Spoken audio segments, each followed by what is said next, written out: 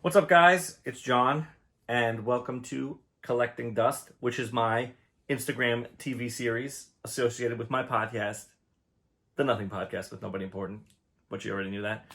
So, in this series, I take you through some of my stuff in my collection, and I figured with Star Wars coming out on Blu-ray and 4K this week, it's been out on digital HD, but as you guys know, I love my physical media. So with Star Wars Rise of Skywalker coming out this week, I thought I'd show you a couple things from my Star Wars collection. There's a lot, but I picked a few for now, and we'll see. Maybe later we'll get into more. So this is my first piece. I love this piece. I've had it for a very long time. This is from the re-release of The Empire Strikes Back. I think it was in the early 2000s. This is from KFC, and it was a KFC toy that they gave you in the box. And what it is, if you can see in there, you have Darth Vader, but when you turn it, it's fully Yoda. There's a mirror in there. I think it's a half face. If you focus on it a little bit there, I don't know if you can do that. There's a bit of a half face there. It's a mirror trick, but I've always loved it. I imagine now it's probably a rare piece. It wasn't, I guess, at the time. It was a toy, like a McDonald's toy, only from KFC, which was weird. But I've held on to it forever. I've always loved it, and I've always been fascinated by it because you can see it really does look like it's their whole head just floating in the box. It's just real cool. I've always loved it. So that's that piece. The next one I've got for you is this. Is C-3PO from the year was on here. It's gone now because it's old. This was, excuse me, this was from somewhere in the late 90s. It was a re-release. This is not from the original 70s and 80s. But recently at a Comic-Con, I actually saw this in a glass shelf like these, and I stopped to ask the guy if he knew any information about them. And because I have a few, I have Chewbacca, I have R2-D2, I think I have a Darth Vader.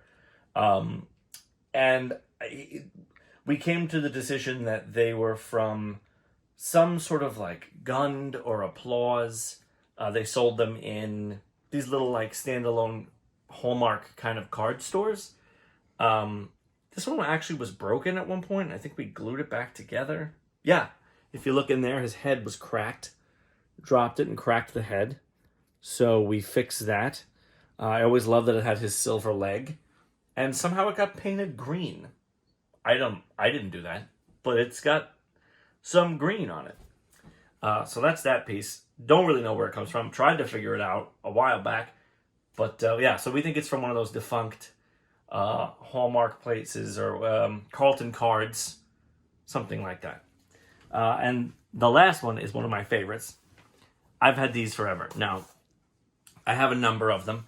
I have, I think, 4 or 5 or 6 of them. And this is R2-D2. And basically what this was, when I was a kid, was like Polly Pockets for boys. When you crack it open, each one has a different scene that's associated with the character that it is. So, I gotta open his head. There you go. So this one is, when you put all the pieces together, Jabba's palace and the Rancor pit. Right up here, there's a door, and when you slide this, it opens the door, or if it's just that old, the door opens on its own. And this is where Luke falls, and this is where the Rancor lives. And when you bring the door up, the Rancor comes through, and then you can, just like that. And I think the Chewbacca is Endor, C-3PO is the Cantina, the Stormtrooper is the interior Death Star with the garbage compactor, Darth Vader is the final fight on Bespin in Episode 5, and the Stormtrooper, no, the Death Star itself opens up into a full-on Death Star, and I think those are all... Oh, the Boba Fett. The Boba Fett... I can't remember what the Boba Fett is. I'll have to get back to you on that.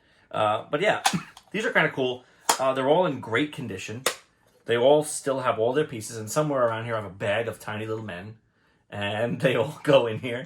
And yeah, so I decided to display them, and oh yeah, 1994 Galoob Toys, Lucasfilms. Galoob, I believe, was the company that bought them after the original company that had them. Yeah, they're now a defunct company. But yeah, very, very cool Star Wars stuff. All right, so now to go with the Star Wars theme for today's movie of the week, which I'm going to be adding, hopefully, Rise of Skywalker to this collection. So my plan for any newer Star Wars film was to get the collectible steelbook from Best Buy. So I have Star Wars The Last Jedi.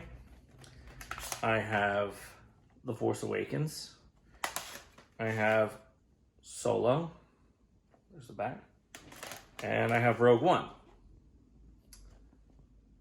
Now, these are all collectible. They're very hard to come by when they first hit market. You have to basically be there at 10 a.m. or whenever it is that the Best Buy opens to grab it because they have a very limited amount. Especially for the middle films like Solo and Rogue One.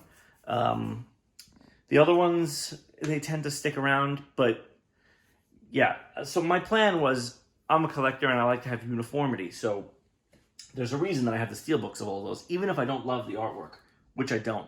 I don't love the artwork that's coming out for Rise of Skywalker, but I'm going to get the steelbook for that anyway, because what I have here is the Star Wars Complete Saga box set. It's the first 6 films in the Skywalker saga, as it's come to be known. It's got a lot of really cool art in it. It was the first time that all of these films were released on Blu-ray. This packaging was right before Lucasfilm was bought by Disney.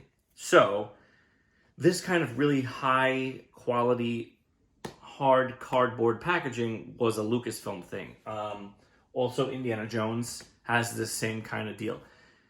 Once they were bought by Disney, and then Disney started releasing them, they released more flimsier, honestly, just not as good quality box sets of Star Wars. And so they're not that good.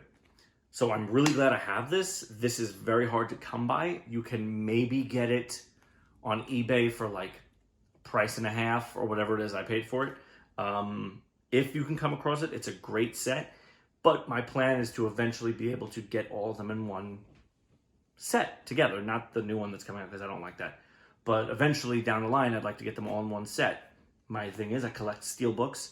So if I do eventually end up getting all the new Star Wars films in one set, I can get them without feeling like I'm getting the same thing because I have the steelbooks for the collection regardless, if that makes any sense. But that's my plan.